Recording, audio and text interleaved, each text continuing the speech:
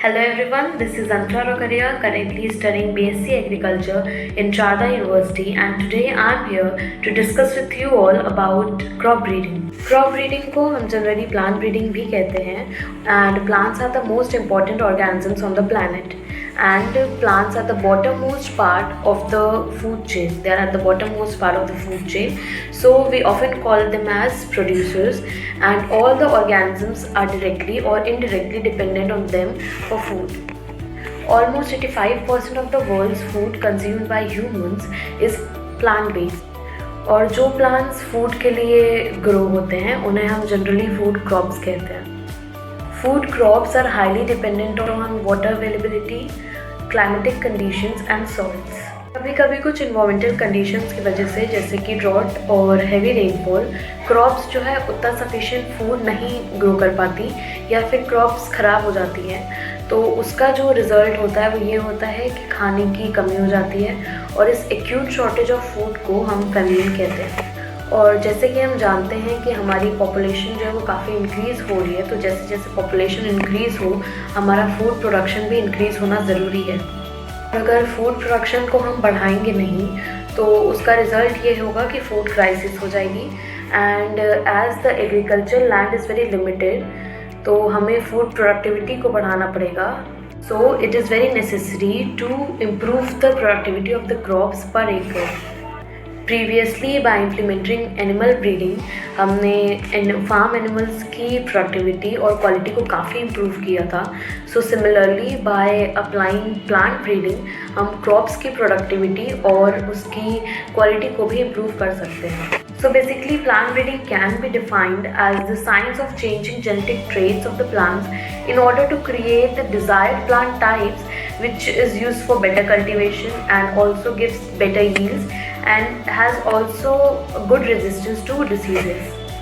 Plant breeding कोई new technology नहीं है. पहले भी लोग प्लांट क्रॉस ब्रीड करते थे, जो दो similar closely related varieties plants की जो होती थी उनका वो क्रॉस ब्रीड करते थे एक न्यू प्लांट बनाने के लिए जो उनके डिज़ायरेबल ट्रेट्स का होता था. Nowadays breeders try to incorporate those desirable traits in an improved variety which has increased the crop yields. It also increased the tolerance to environmental stresses like salinity, drought, or any extreme temperatures or maybe frost, etc. It has also increased tolerance to insects, pests, and also increased resistance to pathogens.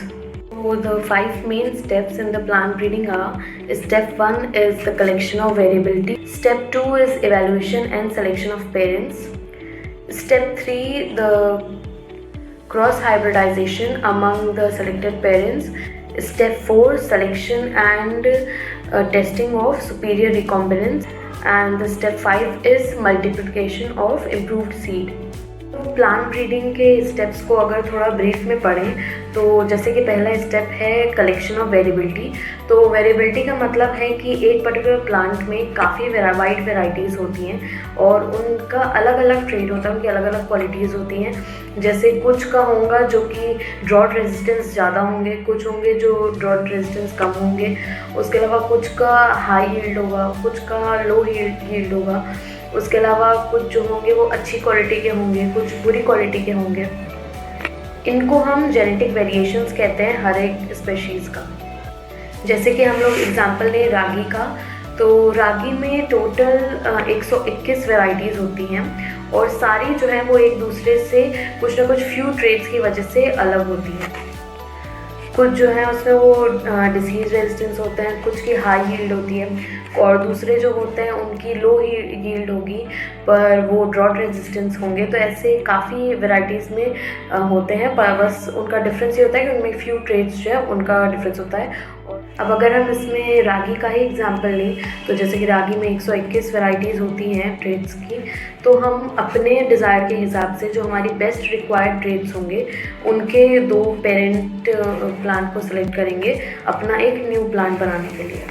जो भी हम parents plant का selection करते हैं तो उनमें हम जो भी हेट्रोजाइगस प्लांट्स होते हैं उन्हें हम लोग पहले ही हटा देते हैं जिनमें मोर देन 1 एलील प्रेजेंट होता है, और जो भी होमोजाइगस प्लांट्स होते हैं हम लोग उनको लेते हैं, उनका सिलेक्शन करते हैं और फिर फर्दर इवैल्यूएशन करते हैं.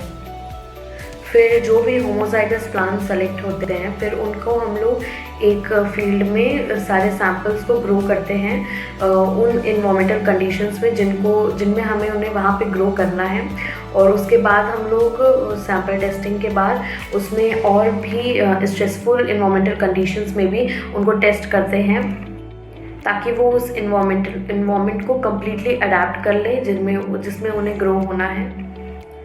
फिर वो वही वेरियस जो स्ट्रेसफुल कंडीशंस होती हैं, जैसे कि सैलिनिटी, ड्रॉट और हैवी स्नो और सच जो भी होती है उनमें उनको टेस्ट करके देखते हैं कि उनका रिएक्शंस क्या होते हैं। उसके बाद जो भी प्लांट्स होते हैं उनका लेबोरेटरी में भी टेस्ट होता है, उनकी अलग अलग मॉलिक्यूलर और बायोकेमिकल जो कैरेक्टरिस्टिक्स होती हैं उनको देखने के लिए।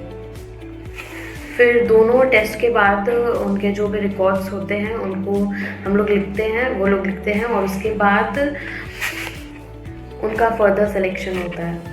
जब हमारे 2 प्योर लाइन पेरेंट्स सेलेक्ट हो जाते हैं तो हम लोग क्रॉस हाइब्रिडाइजेशन पे आते हैं, जिसमें हमारे 2 जो डिज़ायर्ड ट्रेट्स होते हैं उनका हम लोग क्रॉस ब्रीड कर, और इस क्रॉस हाइब्रिडाइजेशन के थ्रू जो है वो हाइब्रिड प्रोजेनी बनती है, जो कि 2 डिफरेंट प्लांट्स से हम लोग एक प्लांट में उनके डिज़ायर्ड ट्रेट्स को डालते हैं।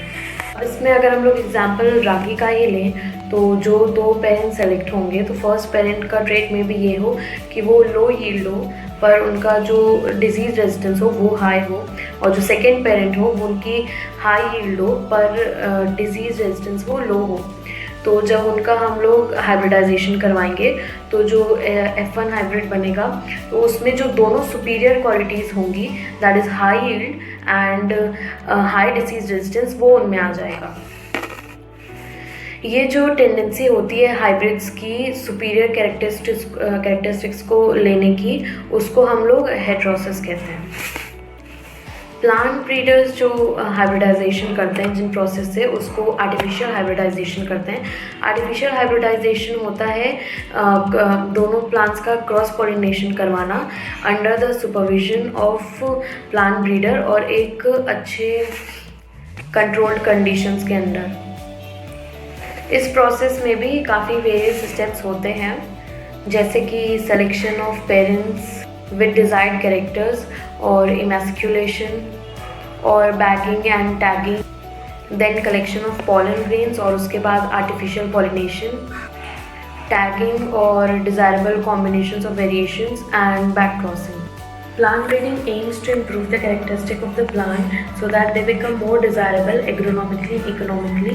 Basically जो चीफ ऑब्जेक्टिव है प्लांट ब्रीडिंग का वो ये है कि वो एक इम्प्रूव्ड वेराइटी ऑफ क्रॉप्स को बनाए ताकि वो कमर्शियली काफ़ी सक्सेसफुल हो। और एक सक्सेसफुल वेराइटी का, इम्प्रूव्ड वेराइटी का मतलब ये होता है कि उसमें सारे ट्रेड्स जो हों वो एक बैलेंस, टोटल बैलेंस में हो, इक्वल हो, ताकि वो बेनिफिशियल हो